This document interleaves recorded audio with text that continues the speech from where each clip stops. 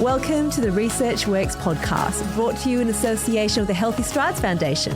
Your hosts are Dr. Dana Poole and Dr. Ashley Thornton, and we're here to interview world-leading researchers, clinicians and people with lived experience to support your practice in being more evidence-based. It's a brand new week and a brand new episode of the Research Works podcast. Thank you for joining us, everyone, and thank you for joining me again, Dana. It's such a pleasure. I always love being here, you know that, and even more so today because we have an in-studio guest, a very familiar face as well. Favourite on both fronts. Mm-hmm. Yeah, I think we should say that. So welcome back, Professor Ben Jackson. Hello. It's nice to be back. I assumed someone cancelled and so you called me up. Late notice. No, we've had this booked in so long lead-in time for this one. This was. And I liked how when I sent you the calendar invite, it was like a quick accept and I was like, great, he's ready to go. Always efficient. Yeah, it was good. I'm not sure I actually discussed it with you or we just put you in there. That's fine. It's good. That's fine. Yeah. See, so that's a friend of the show. This is how it works out. A true friend of the podcast. Yeah, I love it. Yep. And what is now an annual trip into the studio. I love it. So good. So when we finish up today, we'll book you in for next year. Might as well. This is number 3, isn't it? Yes. Any other third timers? If there are, just tell me no, because then it'll swell the ego. None that come to mind. I know Andrew Whitehouse has visited a few times. Whitehouse, yeah. Yeah. I mean, he's good. He's pretty good. I think he might be one above him still, though. Oh, wow. Yeah, you go. I'll have to let him know next time I see him. So this is the third time. Great. So we have 2 other episodes in the back catalogue of Ben's for our listeners to go back and revisit if they would like to. But for those of you who are joining us for the first time with Ben, we thought we'd tell you a little bit more about him more formally, and then obviously we will still do our informal getting to know you because there's always things to learn, right? Yeah. And because you're in studio, we're just going to let Ed know. We're going to zoom in on the camera feed when your bio gets read out. Yes. Just always the most awkward scenario for you. Extra awkward. All right, You can skip over this. Here we go. We'll put some timestamps in and you can... We should do that. Professor Ben Jackson has a shared appointment between the Kids Research Institute Australia and the University of Western Australia. He co-directs the Cross-Institutional Psychology of Active Healthy Living, or PAL Group. The PAL Group's mission is to use the power of positive social connections to promote all aspects of mental and physical health. Ben has produced over 200 peer-reviewed publications, and his work has been supported with more than $10 million in funding from agencies including the NHMRC, ARC, Healthway, Lottery West and Sport Australia. Ben's research achievements have resulted in several awards, including from the International Society for Behavioural Nutrition and Physical Activity, the Australian Institute of Policy and Science. Ben is an adjunct professor at James Cook University and serves or has served on advisory committees for Healthway, Exercise and Sport Science Australia, the NHMRC, ARC, WA Department of Education, WA Mental Health Commission and International Olympic Committee. There you go. It's a mouthful. It's very impressive. And I was just thinking, at what point, because you know how we say over 200 peer-reviewed, like how much over? And how much over do you go before we say the next number? Yeah, it's a good question. Right? And the over 10 million in funding. At what point do you go over 11 million? Does that sound less impressive, or over 10 million sound more impressive? Well, I'm planning the retirement soon, so those numbers will never go up again. It will just stay as it is. Very impressive. Yes. Really, really love having you back as well. Oh, no, thank you. So thanks. Good. Yeah, they're very kind. Thank you for having me here. So that's the formal and impressive getting to know you bit. Obviously, we'll do the informal now with our icebreaker question. I like these. And so I think it's good that we've got the cameras to get a nice visual representation of the question I'm about to ask, because I have with me someone who is probably the tallest person I know. How tall are you, Ben? 6'6". And sorry, 6'6" in old numbers. 2 meters. 2 meters. 2 meters. And I hate to say it, but one of the shorter people I know, Dana. Yeah. And so it's always funny when Dana and Ben are in the same room because there's such a big... I'm like 155. Yeah. So that's what, 5'4"? I don't know. Sometimes I increase it to 5'5" or 5'6" just because I don't understand that system. Sure. And I go, 5, 6. You can do that. That's, with that system, there's room. There's room to massage. Yeah, I think so. That's right. It's about 155. So I was curious, when has your height helped or hindered you? Because I thought you'd probably have very different answers. And I'm very average. So good. Shall I go first? Yes, guess first for sure. You know, it helps. It helps other people in supermarkets. Mm-hmm.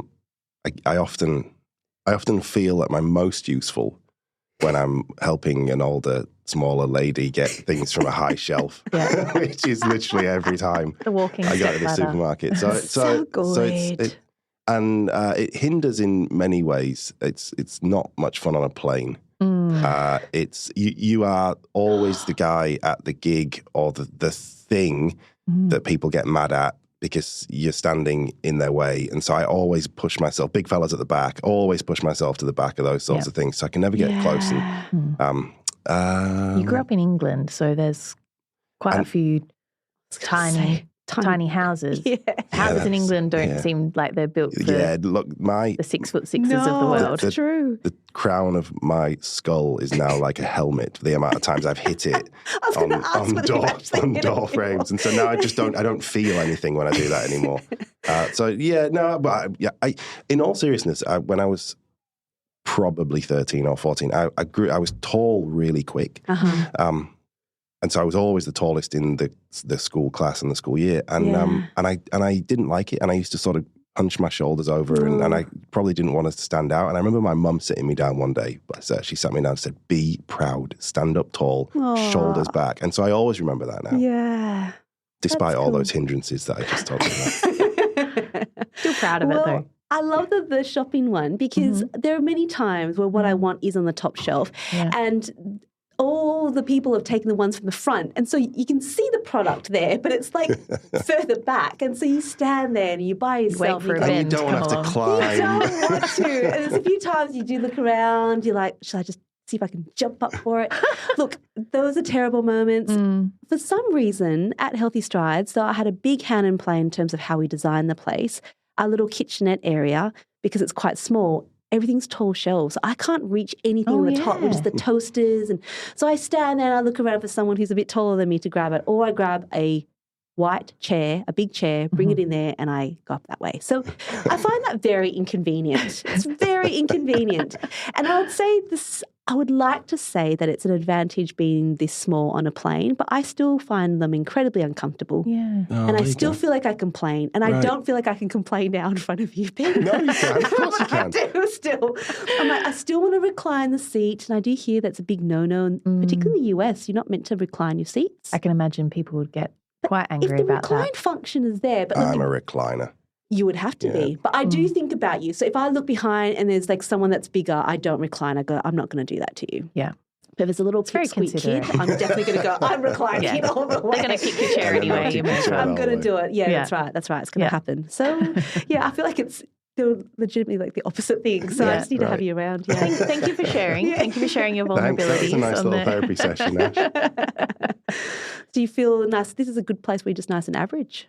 Like, it's never a great thing to be average, I think, but average is good. Yeah, average is good. And I'm probably on the taller side of average, I think. But you are. So do pants fit you? Like if you buy, because they do these days. Yeah. I think they've worked their proportions out a little bit more in the shops. Thank you for that. But I always wanted to be a jockey when I was growing up. I did not know that. Yeah. So my granddad trained That's amazing. horses, and I was adamant that when I grew up, I was going to be a jockey. I went as National Velvet to Book Week. I borrowed my uncle's jockey silks and I wore them to Book Week, and it just felt right. And then I kept growing, and then I was like a whole head taller than him, and then a little bit extra taller, and the difference just got greater. And I thought, I've got to kiss that dream goodbye. It'd be like that scene in Elf. Yeah. Where there's all the little kids and then there's 6-foot Will Ferrell. Yeah, that's right. That is true. That's an interesting one though. Like, might sound silly, but if you want to be a jockey, is it this that you want to be a jockey and then you find that you actually stay quite small, like you don't realise, like, or is it because you train in a particular position, like, task specificity? Does that like keep you on the slighter side, or do you only go into it because you realize you're just a little bit, I'm sure both things would contribute. I think about gymnasts as well, or how we would previously think about a gymnast's body proportions. It's kind of there's that natural predisposition to be built like that, and then the training and the things you have to put your body through kind of keep you like that. I can't I can't join in here because I was never ever close to jockey or gymnast. So it's nice hearing about these things. I never had these wishes. Well, I always wished I was taller mainly for the pants, but they are better now. But I used to buy these pants, and then you realise you're too short. So my mum used to cut them. But then they don't have the shapes. Oh, my pants just look really funny. Always looked funny. And then someone said to me, Dana, you can go and get them done properly. You can get them tapered. I'm like, well, that's a new thing. Eye-opener. Just look like a nerd for a good portion of my life. Aww. There you go. Is that us done? Is that? Yeah. Thank you. That was fun. Yeah, that was great. I feel like we've covered a lot. Well, it was nice. I remember last time it was all about soccer, and that was a good one. And the spitting one, that was great. Yeah, that's right. Yeah, your icebreakers are good. See, I remember the guests, especially when you're third time on.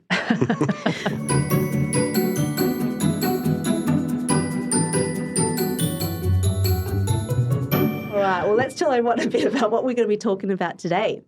So in our last conversation with Ben, we talked all about motivational interviewing and how we could consult people in a motivational way. But what we didn't cover that we think clinicians may find useful and practical is how you might structure sessions, programs, therapies, workplaces and teams in a way that promotes motivation. So today, we are hoping to motivate you to motivate others. Oh, cool. Yeah. Let's hope that I can remember some things about it. Oh, you always do. And you always explain things really beautifully to us and to our listeners, Ben. So we're looking forward to getting stuck into it. Absolutely. Yep. So I'm going to start off very broadly and what I think is, quite simply, for me as someone who doesn't have a background in motivation and psychology, why are we so interested in motivation? Well, I am. I mean, I hope others are as well. But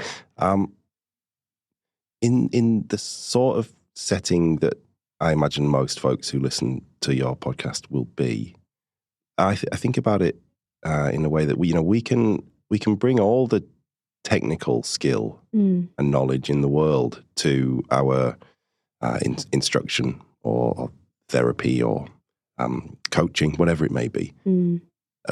But if we can't encourage people to want to do it, then not all, but a lot of that technical skill that we've got is perhaps not being utilized to its fullest. So, in really simple terms, we've got to try and encourage people to want to do the things that we want them to do in a nice way. So that's why I see motivation as being crucial to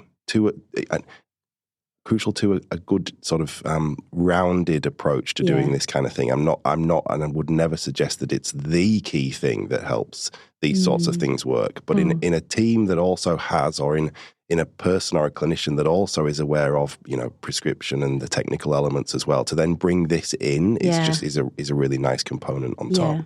Yeah, I like that. I don't know how related this is, but it probably isn't. No, it is. It is. I love where your questions go. I'm going to go. Gear up, get ready. So I've been listening to a lot of podcasts. I mean, obviously my favorite one is the Research Works podcast. Same, It's my favorite. And I've been listening to another podcast that actually producer Ed put me onto, and it's called The Lazarus Heist from BBC. And it is all about uncovering the Lazarus Group that basically has hacked their way into Sony and stolen millions of dollars. They send spam, all that sort of stuff. And they've traced it back to the North Koreans. And they delve into this one, so interesting, into the North Koreans and how they operate. And the reason why I think about motivation is when they describe a lot of the citizens who are working for this regime, they have to do what they have to do. There's no control or autonomy in what it is that they want to do. They perform to a really high degree.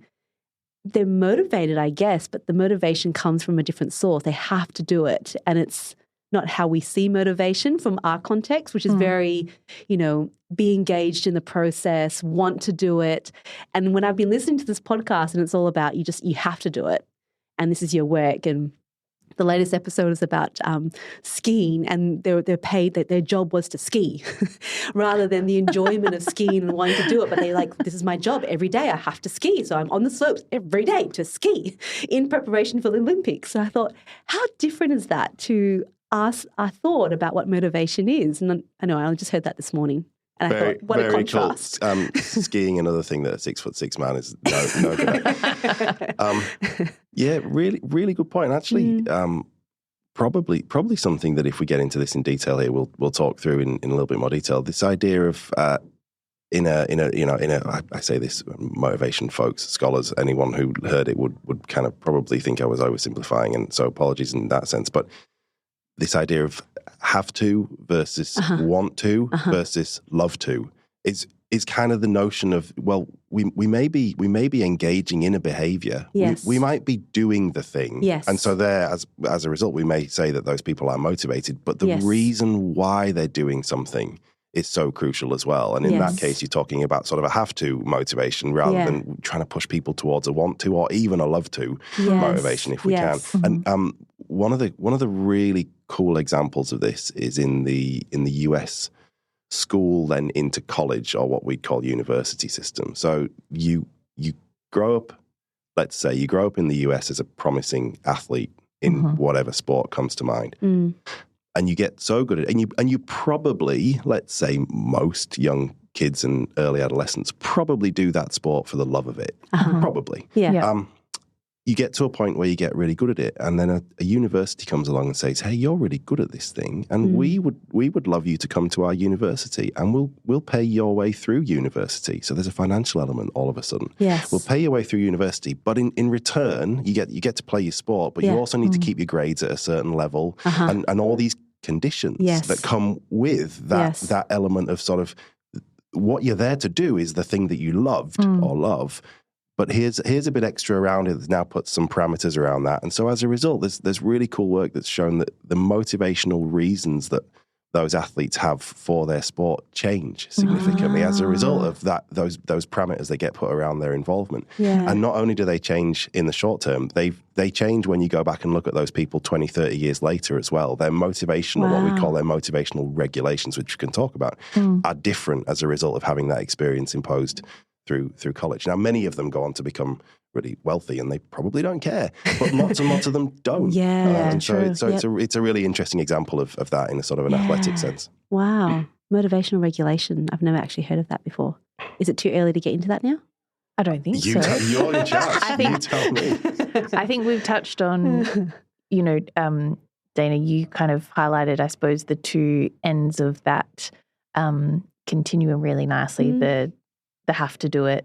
Fear, almost, and right? fear, And Ben, you touched on the love to do it. So can you just unpack that continuum a little bit more for us? And I'm sure there's a very formal name for it, and lots of research behind it. So and I wish it was me that had done it all.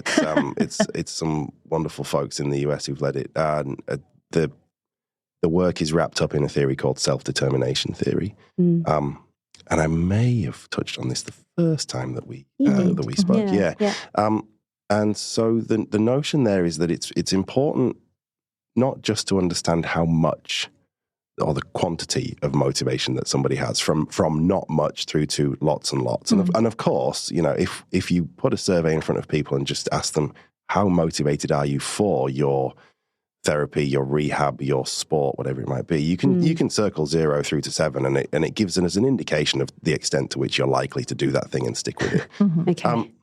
That's quantity. But what self-determination theory does well, and it's been well supported, is say, hang on a minute, we need to understand the quality of people's motivation too. And that idea of there being not just quantity, but also quality elements to motivation is what we just talked about with sort of the different sort of have to, want to, love to elements. So there's a we'll do this briefly, I think is best, but sort of from good to bad, and that's a massively oversimplified approach, but sort of positive through to less positive types of motivation. And at the one end, the most positive kind of motivation, and when I say positive, I mean the thing that helps people stick to behavior in the long term, and adhere and persist and put in effort and all those kind of nice things that we want to see.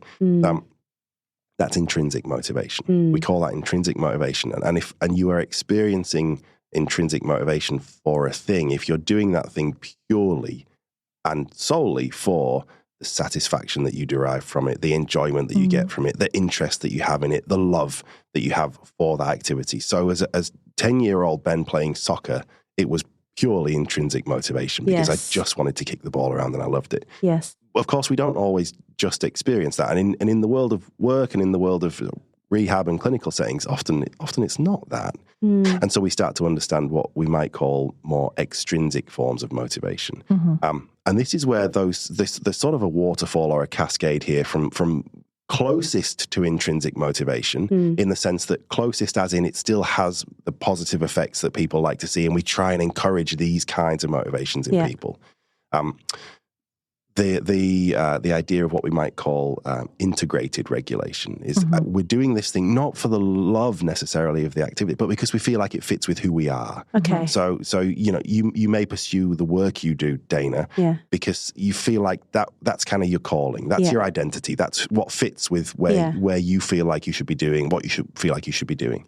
Or we might experience what we call identified regulation, because we think the outcomes that we derive from that thing are valuable and important. Right.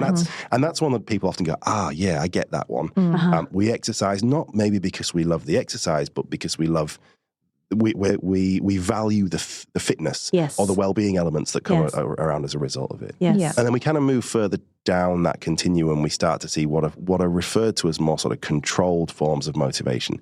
And in these situations, people can and will often still engage in a behavior, but it's a bit for want of a much better term, it's a bit flakier. It's perhaps not as resilient when challenged. And so these sorts of things are what we might call introjected regulation, where we're doing this thing because of we feel guilty if we don't. Right. Or we generate some, maybe some pride as a result of it. And at the other end, at that sort of the farthest end away from intrinsic motivation, is what we call external regulation. You're doing it because you were told to. Right, yes. And there's back to your example of the podcast. You're doing this exclusively because you want to get praise, you want to avoid punishment. Somebody in a position of authority has told you to do it. Some of us are more or less comfortable in that space. And so, of course, it's never, ever with the stuff that we talk about here, a one-size-fits-all. Yes. But to, again, oversimplify, if people are experiencing lots and lots of that kind of regulation, that I'm doing this just because I've been told to, and none of the more positive forms that we talked about earlier, then it's those situations where things are at risk of probably not being pursued and not showing the sort of motivational profile that we would hope. People, and that's where I should stop talking, because I said I was going to do that quickly and I don't know that it was.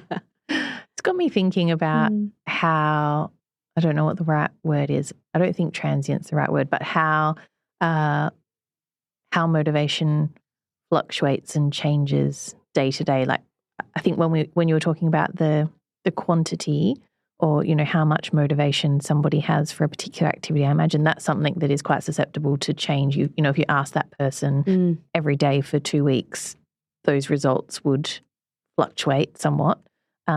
How susceptible to fluctuation are those types of regulations within motivation? Yes and no, in a sense. We all carry around probably sort of a dispositional nature that influences the extent to which where we tend to slot in on that continuum. So that bit might be a bit less malleable. But one of the reasons that I evangelize about self-determination theory is its practical nature. All of that stuff to me is the background. But what's really useful about it is that what it comes with is a set of recommendations and practical applications for, okay, if you structure things this way, you're likely to, again, probably not the best term, but push people toward the better end of that motivational continuum. Right. And so you can, and we can, and lots of the work that we've done has been focused on, okay, in this environment, in a sports coaching setting, in a rehabilitation setting, in a physical education setting, even in a work setting, what can we do to create an environment for those folks who are learning or doing in that environment that pushes them along the continuum in a more positive way. So, absolutely, those things are modifiable. And how related is that to, I mean, I often think about discipline along lines of motivation. So in a sporting setting, someone might be very disciplined to maintain that level of interest or motivation of what they might be doing. And I feel like that sort of goes along the continuum as well. How do they relate, discipline and motivation? Yeah, good point. There are a million ways that you could probably take that question. There are, of course, lots and lots of things that influence our behavior that are not cleanly couched within self-determination theory. And so some of us just work harder than others, and some of us stick at things longer than others. And so we might get an insight into that through people's motivational regulations, and we probably would. Yeah.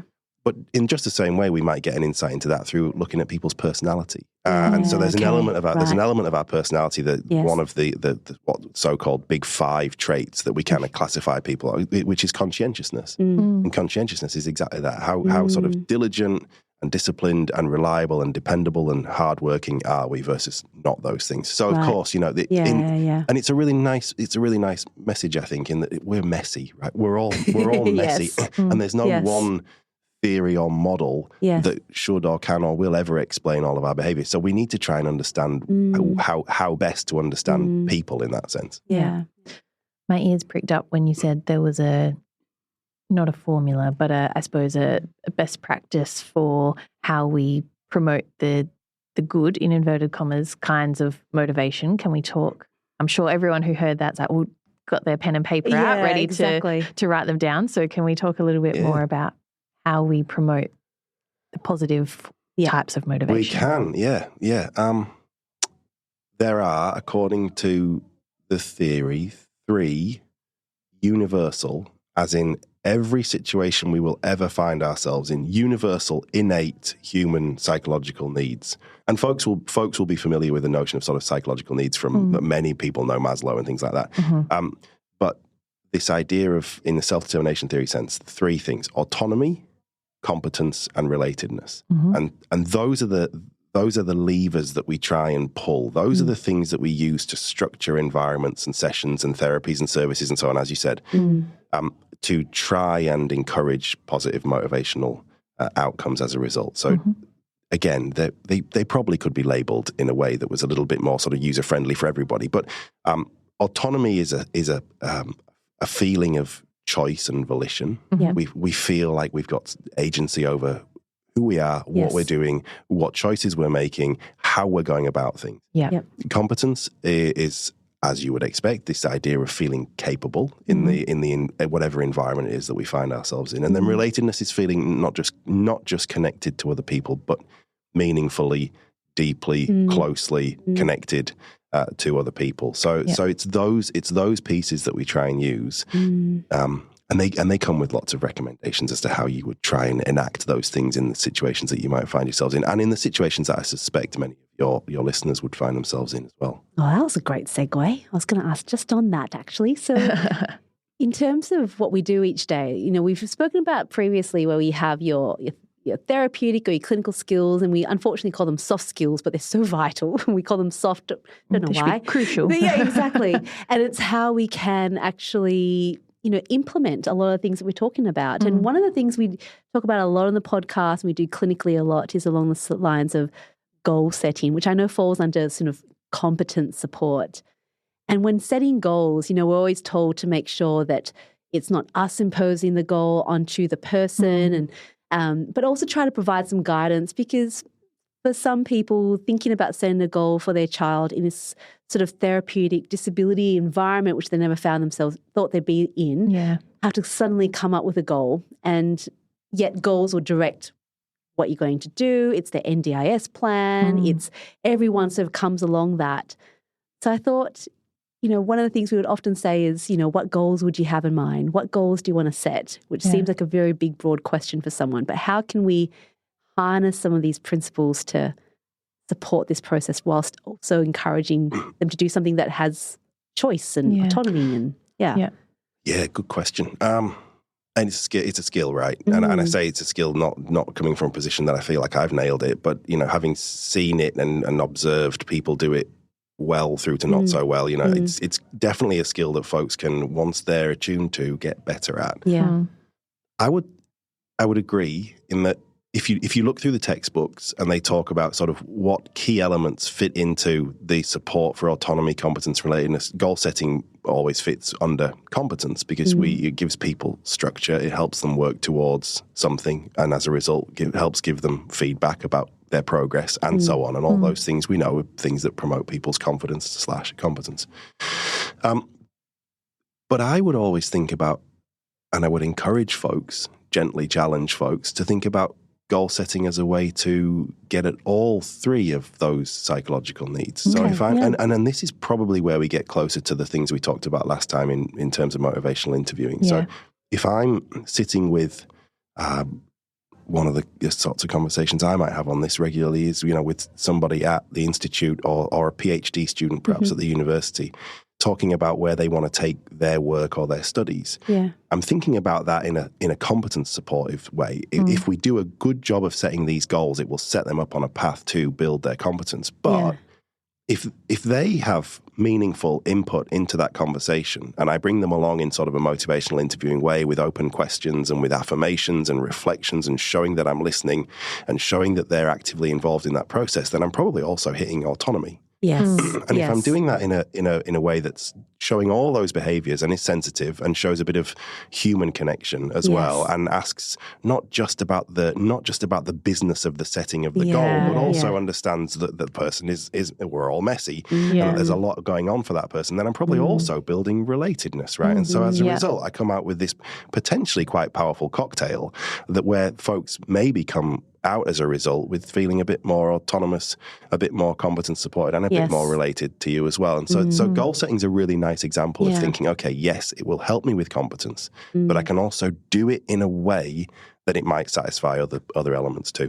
Yeah. And how do you navigate, like I'm just thinking back to Dana's example, a family that might be new to, the world of disability and support services and navigating the NDIS and all those things, and we're asking them about goals and they don't really know what their goals are because they don't know what they don't know yet almost. Yeah. I might not be phrasing that correctly, but how, as a clinician, you come with all of this experience and knowledge in the area that might help those people make at least the start of a decision, but you don't want to impose that on them. How do you navigate that while still respecting that autonomy? It's probably the most common situation you find yourselves in, right? You're rarely talking, when you're setting those sorts of expectations or targets, you're rarely talking with somebody who has all the information that they would need or that they will pick up across whatever their journey is.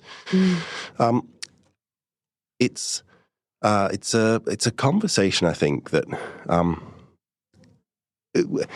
and the reason I hesitate here is because we're kind of trained with goal setting to think about SMART goals. Yeah.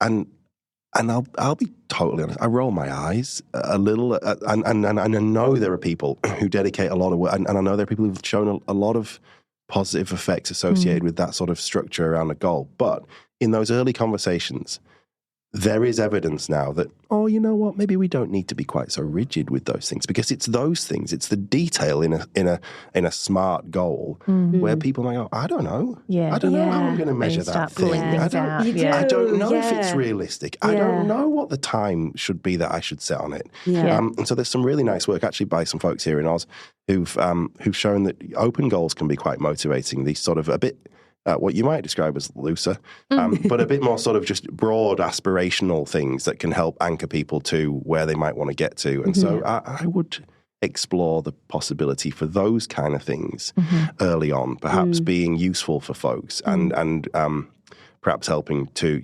inspire in the early stages before you may get to a little bit more sort of specificity with things. Once folks have and I don't think of everybody as scientists, right? But in this sense, once folks have gathered a bit more information about what it is that they're doing and how they're going to do it well or not. I love that you've said that, because when I think about when I would want to set a goal for myself, and I think about, oh my gosh, is this a smart goal? It often isn't. It often is like, I just want to, when you think about what I would want out of life, I want to be joyful. I want to be around my friends. I want to make sure I have time. They're important and not things you just go, well, over what period of time? Well, whilst I'm alive. And how will you know whether you're spending? Right. And I feel like the way you said it there is so perfect. So what dropped into my head there was, yes, you can write a very aspirational goal, and it's then the job of the therapist who does know the more specifics of it to go, okay, now I'll write, my goal attainment scale. Now I'll write it more specifically so that I'm held accountable to where we're headed, and I can break that down more. And that's where the technical part of it comes in. But the parents don't have to come up with that. That's not for them to necessarily have to. They might be really driven that way and go, I want my child to be able to take 10 steps by themselves. Yeah. And our job is also to go, well, for what purpose?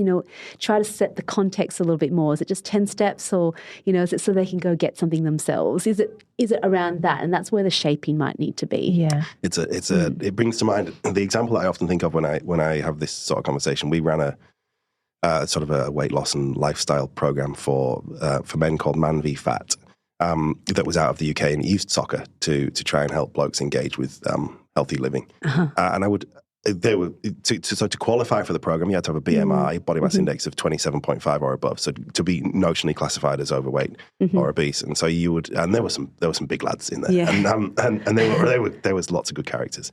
And I would sit and have exactly that conversation with many of them at the start of the sort of the season that they'd enrolled for. What do you want to get out of this? And one bloke said to me, I want to be able to play with my kids in the park, and that meets none of the smart goal elements, right? And so I would never sit there and go, sorry, champ. That's off the list. Sorry. So which park and for how long and when and by when? Like so for him that sort of that again, that's why it's that sort of looser aspiration. But that was what was going to inspire him, and then we in that program were the deliverers of the program, but we might also be the clinicians who listen to the podcast.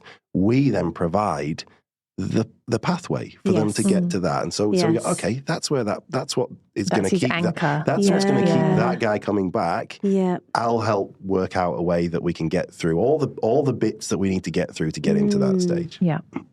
And then you can see how that fits those three main elements of autonomy and competence in relatedness. So it's literally just sitting down, having a good conversation, getting to know what motivates that person, why is this important, before embarking on, very coldly, okay, so it's tick box exercise now, so what are your goals? Yeah. Great. Yeah. Also, job done. I think what often comes with it is this idea is often talked about sort of the softer skills, right? And as a result, people kind of think it's a bit nebulous. Yeah. Or a bit of an add-on, like, no, this is what we're doing, but it's, I suppose, if we add on, these elements of motivation, that will improve what we're doing, but what we're doing in terms of delivering is the key. But really it's not. Like, there's no point having evidence-based practice without, the means to support people to get the most out of it. And that is evidence-based practice. The motivational stuff is also evidence-based practice too. And so we need to think of it in that sense. And so the way that many folks feel like they fall down here is that it becomes a bit vague. Nobody ever really needs encouragement to, if you're a clinician who cares, then you recognize all the stuff that we talked about at the start. Yeah, of course, motivation's important.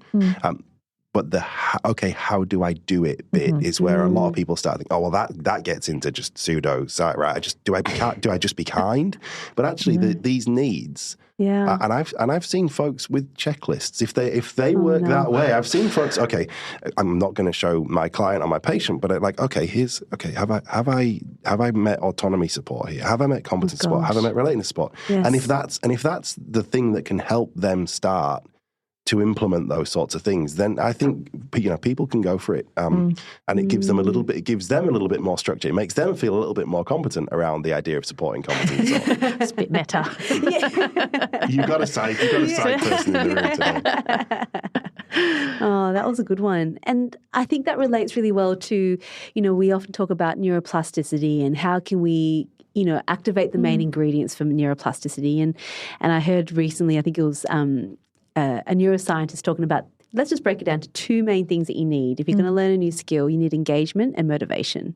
Let's just keep it really simple. And it's so true in the sense that you need to be engaged in it. And the only way you're going to know whether someone's engaged and motivated about it is those three elements you just spoke about. It's, you're not being forced to do it. It's autonomy. It's all of those elements put together. And I feel like that fits really nicely. Yeah, and back to what we said earlier, you hopefully through all those things, and it doesn't happen overnight, but through all those things over time with people, you get them from, maybe a bit less of have to, a bit more of want to, and in some situations, in some settings, I'm realistic that it can't happen everywhere, but in some settings, you get them towards love to as well. Yeah. Yep.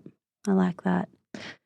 So if we do a really good job of promoting motivation within our programs, which hopefully everyone has a few more pointers now on how to do that, does that necessarily translate into other settings? Like I'm thinking about, it's not just what we do within sessions. There's home programs often that people go home, take with them when they leave the bounds of the clinic. Yep. It's just we might see them for an hour face-to-face during the week, but really what happens outside of that is quite crucial as well. That's right. Yep. If we're doing a good job of building the good types of motivation within session, do we see an effect outside of it? Yes. Great. That's okay. That's all. No, good question. Yeah, there's some, and we've done some work on this actually. We worked on a project with high school phys ed teachers to try in delicate ways, because they're often very good at this, but to try and add a bit of motivational elements to their instruction and their structuring of their classes. And as a result, what we were able to see, we focused in actually on relatedness in this case. What we were able to see was that when we asked the students pre and post us providing this training, the students' motivation in PE became more autonomous, what we call more self-determined, pushed towards the more positive end. But not only that, they also reported that same kind of motivational change for their engagement in physical activity outside of PE. Wow. So okay. At home. So so by extension, and there's quite a lot of work on this sort of what's often referred to as sort of trans-contextual, crossing context, crossing boundaries, transference effects of motivation. Yeah. There's good evidence that it should and could and often can jump those boundaries. And so in this case, if we're able to do a good job of that within our clinical settings or community settings, whatever those may be, then folks we would hope, carry that away with them as well. Of course, we're all messy, and so that's not enough. And so we do our very best to promote that positive kind of motivation, but then people need scaffolds, right?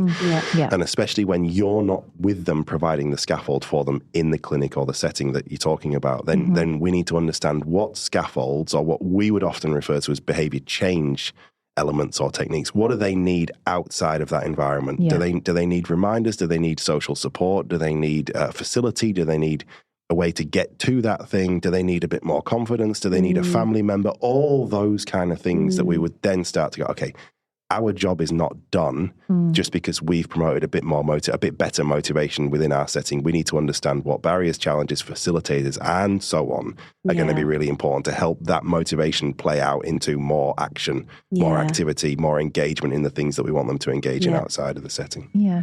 That's so great. And I really think about things like, a thing that we do a lot is we try to get kids into walking frames or supported stepping devices. And there's often, whilst they can do very well in sort of environments where people know that there's therapists around them and it's very supportive. And it's very set up, like environmentally set up for success, That's right. big, wide, open spaces. And that safety element of it, and psychologically safe as well, because, like people outside don't really understand why my child's in a walking frame. I have to explain it to them every time I go out. And one of the things that we found is so powerful is whilst you can support it here, it's then that scaffolding, like you said, it's like, okay, well, let's go to the shopping centre. We can do that together. Maybe that's too much. All right, well, let's look at going to the local library together. And then we can start looking at going to the park and they might feel more confident then to feel like they can go to the park themselves. And then suddenly there's so much more autonomy and control over where they want to be able to carry this out in. But purely just, handing a piece of equipment. I'm not saying that's what we do, but, just giving something over and saying, all right, now you just need to use as much as you can. Yes. Again, I'm talking very extreme here. I'm not saying that's what we do, but that's not enough. It's just those steps that you're talking about. And that takes time because I love how you say it. People are messy. We're all messy. Yeah. We have times where it's good and things affect how we operate day to day. And that's sometimes, says the person who's talked lots of theories, sometimes we just shouldn't overthink those things. So those behaviour change techniques are often just really, really practical things. We were on a program at university called Stride, where students who are experiencing psychological distress or mental illness get paired with an exercise mentor, and they get put through an exercise. There's me talking in a controlling way. They get provided with and supported through an exercise program for 12 weeks. And what we want to do is help them feel better and ameliorate their psych distress, but also help them maybe, improve their lifestyle and sort of physical activity habits following the program. So we get towards the end of the program. Sorry, long-winded way of getting to a point. And at the end of the program, we say, okay, what would you need to keep this going outside of these, safe, structured settings? And often it's, I've really enjoyed the soccer that we've done, or I've really enjoyed the boxing that we've done, or I've really enjoyed whatever it might be. They'd ask their instructor, could you come along with me to this session down at so-and-so club or so-and-so community centre that isn't here, and come along and just be there for the first one? And so that's why I say we shouldn't overthink that. Yes, of course you could put a relatedness lens and a motivational lens on it, but actually it's just a really simple structural support to help people engage in those sorts of things. So the point, I guess, there, Ash, is it's a really good question about, do these things help us outside of the setting? Yes, they do. But we also need to make sure that we're not setting people up to fail by just assuming that they will. Yeah. And what I'm hearing from both of you, in both those scenarios that you've described, is it's not enough to just kind of, end the sessions within the context that you're working with that person in and say, okay, good luck, make sure you do that at home as well, or make sure you go and do that somewhere else. It's actually taking the time to honour that relationship and support them through that next step and transitioning to where they want to do that. And it feels like it's a values thing. It really comes down to you personally and finding that is so important. Like when it's a values thing, I suppose that's part of why you would make sure you would follow up with that too, and perhaps that's why you find yourself in that particular kind of job, because that's the kind of person that you might be, and that comes back down to a little bit of personality. Gosh, very, very messy. Yeah. Messy is the theme of the day. Messy is the theme. I love it. And science. I'll relate back to messy science. Messy science? No, that's not right. I just think of science experiments now. That's all I've got in my head. So, Ben, I feel like a lot of what we've talked about so far is, I don't know if this is the right term, but more instructional scenarios, where you have a clinician and a patient or a family, and you're looking at how to improve outcomes for the patients in those scenarios. But I'm thinking, obviously these principles apply to all of the other scenarios we find ourselves in. I'm thinking, peer-to-peer, colleague to colleague. How else can we, I suppose, get everyone on the same page with things that we're, a particular program that we're working on or trying to implement in practice, or, having tricky conversations about different practices and things like that? Just shout louder than the other people. Yes. Shout louder for longer. Proven technique. Of course, and of course those same principles apply, right? If we're trying to encourage engagement in whatever it is, no matter who whether we're looking, so to speak, sort of up, down, or sideways with who we're working with. There are other again. We touched on the idea of personality earlier, and trying to understand that there's lots going on for everybody. And so, I never, although we do use self-determination theory in lots of the work that we do, I don't always feel like we need to anchor there immediately. In these sorts of situations, there's often difficult conversations with, there might be a therapy team. There might be a team within a sort of a school department of teachers who may see things differently. And evidence helps, being able to have conversations about what the evidence shows is really valuable, but also having a bit of sort of negotiation and communication skill is useful in that sense too. Mm-hmm. There's a really cool book, and I'm sure some people who are listening will want to go hunting out, called Getting to Yes, which is about negotiation. It's from Harvard. It's a book about their principles of what they call principled negotiation. Mm-hmm. And I use these things lots, whether I tell people or not. But one of their principles in this idea of principled negotiation is is separate people from problems. Mm-hmm. So when you find yourself in that difficult conversation, what's natural for all of us is to take the problem and boil it down onto the person, and we become angry at the person. Yes. Yes. Sorry, Ash, I was pointing at you. I don't feel like I've done anything wrong. Like, if this is the wrong question, I'm sorry. You're just the closest one to me. But it's a skill, and it's difficult. It's easier said than done. It's difficult to do necessarily in the moment in really difficult conversations, but it is, in my experience, always really effective if we just go, not in a really cold clinical way, because the relatedness support person in me wouldn't like that, but of course, what's the issue here? And let's focus on the issue, not the personal politics stuff that we bring to it. So that's always really useful for me in sort of trying to work our way through where we ultimately want the same sort of thing, but we might come at it with a different perspective. And another one is probably just one more that's really useful here is focus on interests, not positions. So. A good way of illustrating that might be imagine sort of a couple who are thinking of moving house, and person A in the couple wants to go to suburb A, and person B in the couple wants to go to suburb B for their next move. And they argue for weeks or months about suburb A versus suburb B. That's the position. That's their position. Their position is, I want to get to suburb A, and the other person's position is, I want to get to suburb or place B. Yeah. The interests behind that are often much more revealing. So person A might want to get to that suburb or that place because it's near and let's use a Perth example, it's near the beach. And they picture happy, fun-filled weekends with kids at the beach. And that's why they really want to get to suburb A, whereas person B might be thinking of the other place because their interest behind that position is, there's a wonderful school that some friends I know have their kids at, and I'm using kids examples because there's kids in my life, but there's wonderful school there that the kids would go to. And so the interest, it's basically boils down to dig a little bit.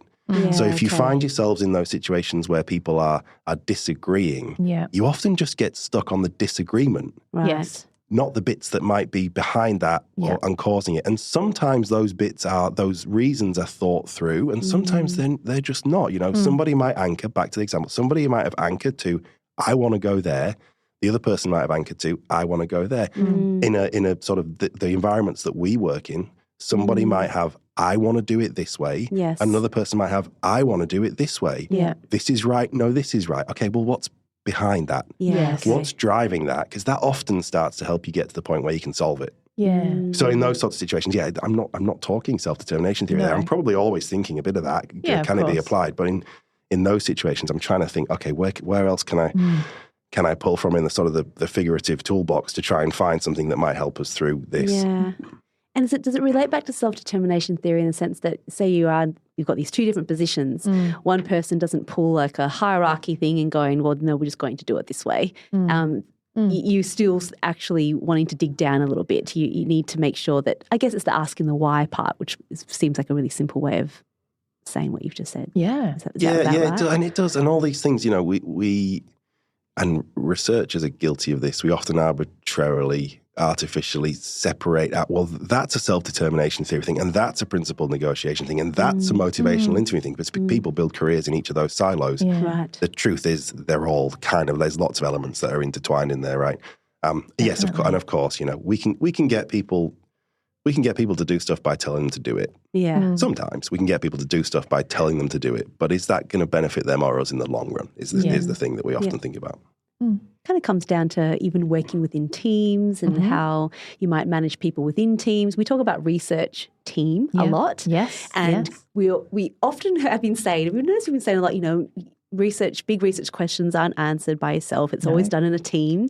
And you see big systematic reviews are done by big teams. But it's also, I guess, why this conversation is so useful is because working within a team, you're going to have people from different areas, different opinions, different positions, different, How do you actually navigate your way through that? And often within that team is a hierarchy as well. There's the academic hierarchy. And I think that's also worth acknowledging, but it still means that you can look at the interests, the reasons why, and that just gives you something to be able to negotiate and talk about rather than a position. And I love seeing generous leadership in that sort of situation, you know, where you will have somebody who's seen more of it and done more of it than the rest, but if they can park ego and can focus on trying to help others along. And you know, with autonomy, you might let people make a few mistakes. That's okay. That's all right.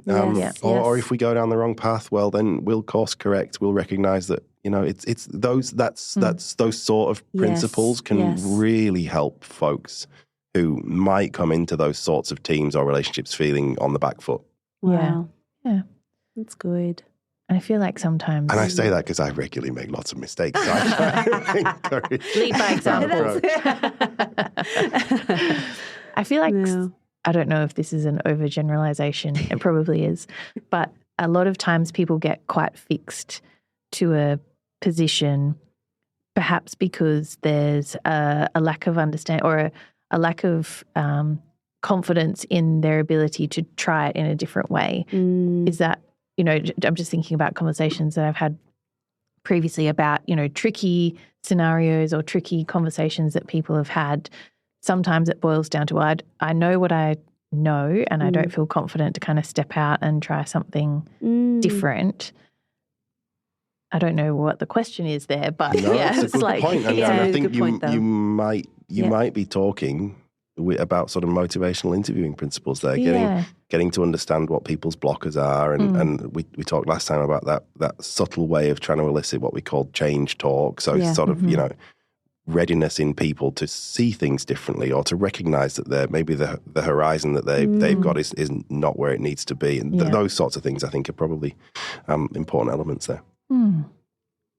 It's lots to think about. I really like it. I think there was more that I wanted to talk to you about, but we are running out of time. But we've got. But can I just talk quickly? I feel like what is also part of that, to sum it, is mindsets, like the growth mindset versus big time. Yeah, because you do notice it. So if you're a supervisor in a team, for example, you'll know who's in your team that's got a growth mindset. They want to take it on. Then you have, I think, is it the other way around? Is fixed mindset? Would that be the time? Yeah. And how would you navigate around that? I mean, this is a big question. This is a big question to finish up on. Sorry. Yeah, you know maybe this is visit number 4. He set himself up for number 4. It's good. My daughters are very fond of a show called Gabby's Dollhouse, and Gabby's Dollhouse is actually based on some research that I think Ben might be covering in his answer. Carol Dweck has done some work on growth versus fixed mindsets, and so there's lots of songs in Gabby's Dollhouse about I can't do it yet. I know that I can do it. I will be able to do it, but I can't do it yet. That's actually really powerful. Anyone that you know who's struggling with some mindset stuff, watch Gabby's Dollhouse. Watch a kid's cartoon. Yeah. That's a nice example. Sit everyone down for some Gabby's Dollhouse. Yeah, that's right. Carol Dweck's incredible, and it's there are books and talks galore about the power of that word yet. It's one of those things that distinguishes between mindsets and also is a really, really practical and simple but effective communication element to throw in to your sentences. You haven't quite got it yet, or when somebody tells you, often children, I can't do this. Well, can't do it yet, but it's really helpful in trying to shift people from that sort of fixed to growth mindset. And for folks who may be listening and who aren't familiar with that sort of distinction, the fixed mindset is basically, again, an oversimplification, but you're born with what you're born with. You can either do things or you can't, and no matter how much you try, you probably won't improve. greatly in things. And people started that work and often think about it in terms of IQ. How, what people's IQ score is. The growth mindset is the idea, which is the one that helps us flourish, of course, which is, with effort, anything, most things are possible. Yes. And so, it's one of those things that it's worth keeping in mind, because it can be all of that stuff that we just talked about can probably not come to fruition if folks are operating in that very sort of fixed mindset. So it's a really nice example of trying to how we can communicate and structure things so that we try and encourage folks towards that. You will improve. You will be able to do this with effort. Yeah. And I've jumped back to the self-determination theory and thinking about really trying to promote, like you were saying earlier, Ben, an environment that supports autonomy and the ability to make mistakes, like have a go and make a mistake. I think lots of times people feel a lot of pressure to, particularly in the work environment, like you don't want to be seen as the one who makes the mistake. That's right. But that's the team down. That mentality. So it kind of hinders that shift in mindset a little bit, I think. But like you said, with generous leadership and a supportive environment.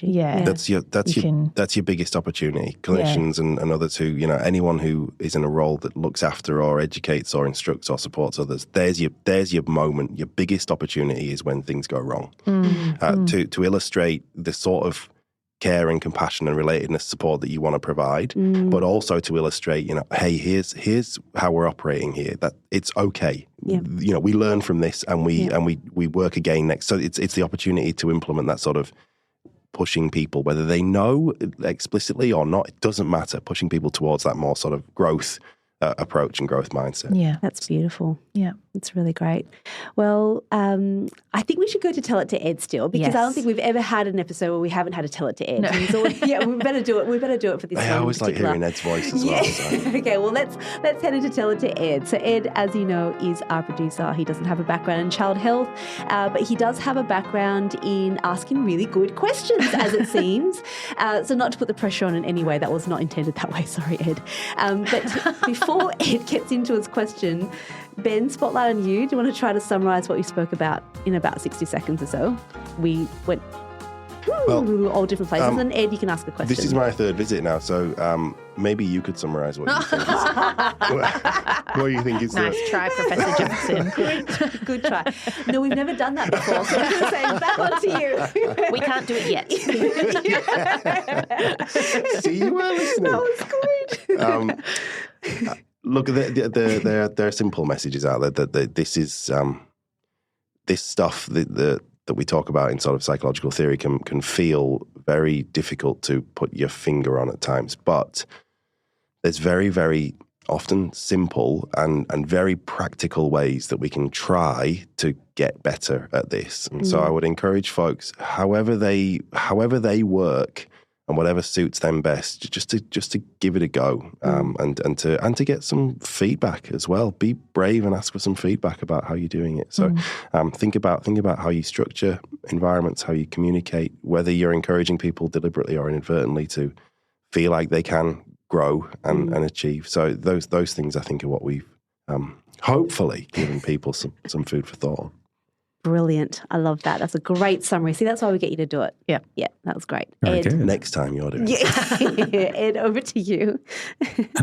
Today's conversation's been great. I guess you guys have all been talking about motivation, and when it comes to motivation, like I think of motivation in like linked to performance, and I also think of motivation in like a link to what can best be defined as hardship.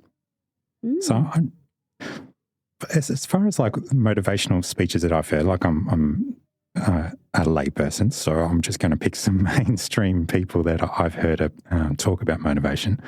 So one of them is Kobe Bryant. So Kobe Bryant talks about, he's a good one. Let me see if I can get this right. It is the Mamba mentality. Yeah. Revolves around personal excellence, discipline, and unwavering commitment to being the best version of yourself. And he emphasizes the joy in the process. And then I also think of Navy SEALs. And the Navy SEAls have this thing called Embrace the Suck. It's a mindset that's centered around accepting discomfort, enduring hardship for the sake of achieving a greater mission. So they focus on resilience and mental toughness. And then the third one I'm going to mention is Jensen Huang, who is the CEO of NVIDIA. So for anybody who doesn't know who he is, he's in charge of what was the world's most valuable company and kind of the leader in artificial intelligence. And he has a very interesting take that he says that suffering is integral to performance and innovation. He sees discomfort and failure as necessary components of success. So my question is in relation to motivation. Like, is there something where we do need to look at things differently, and that embracing of or finding joy in the things that are very difficult or embracing the suck changes the entire conversation around motivation? Yeah, thanks, Ed. I got lost in your voice again for a little bit, but I pulled myself back when you started talking Kobe. Yes. So my answer would be, if this was something that we talked about in a class in the uni, we would probably be straying into many other concepts and topics here. And so we would be kind of looking at, probably performance in its broadest sense, and motivation is one of the things that influences. But as you just said, mental toughness and resilience and confidence and team cohesion and so on are many other things that influence performance in that sense. What's worth saying about all of those examples is that they're all, in the nicest possible way, freaks. In that they are the elite of the elite. They're the 1% within, or the 0.1% within the 1%, and so you often do find that kind of mentality, and a sweeping generalization, but you often do find that element of the mentality in those folks. You think about athletes, for example, who've been dedicated so much of their life, their whole life often, to those sorts of things. So they do come often to say, this is part of who I am. This is part of the journey. We learn more in failure and in hardship than we do in success and so on. And it's no surprise that you see that with these folks. One of the things that I really liked in the second example that you gave, I think it was the Navy SEALs though, was how you can use the environment around yourself to make yourself even more motivated as well. And so, what those folks are doing is building something bigger than themselves. They're building a culture that is a team. Is about team. It's about we. It's about an ethos. It's about when you are in with this group, this is how we act, and this is the norm, and this is what we stand for.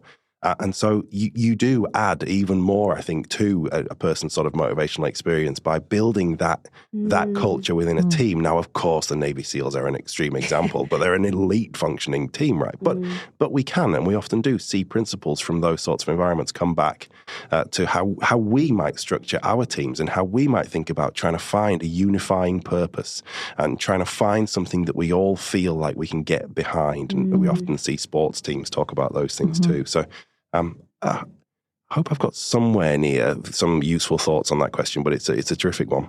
I love it. It's almost like the power of reframing as well, isn't it, in those circumstances?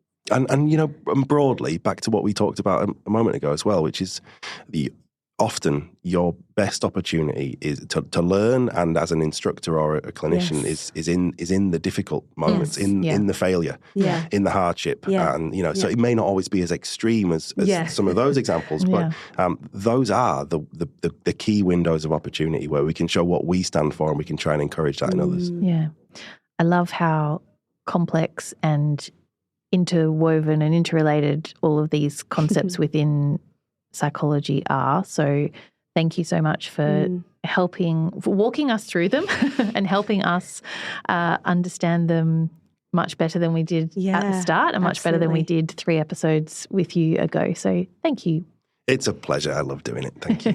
Thank you for coming. Well, to all of our listeners, remember to head to our website, researchworks.net. Still processing all of it. Researchworks.net to get information about Ben and some of the work that we're talking about. I'll put out some links with regards to self-determination theory as well. I think would be really useful. And the book, that'd be really great. I'll put them all up there for you. And remember, there's a CPD form there that you can fill out as well to keep this as part of your PD requirements. But for now, thank you very much for coming again. See you next time. Next time, indeed. To all of our listeners, we'll talk to you again really soon. Bye. Bye.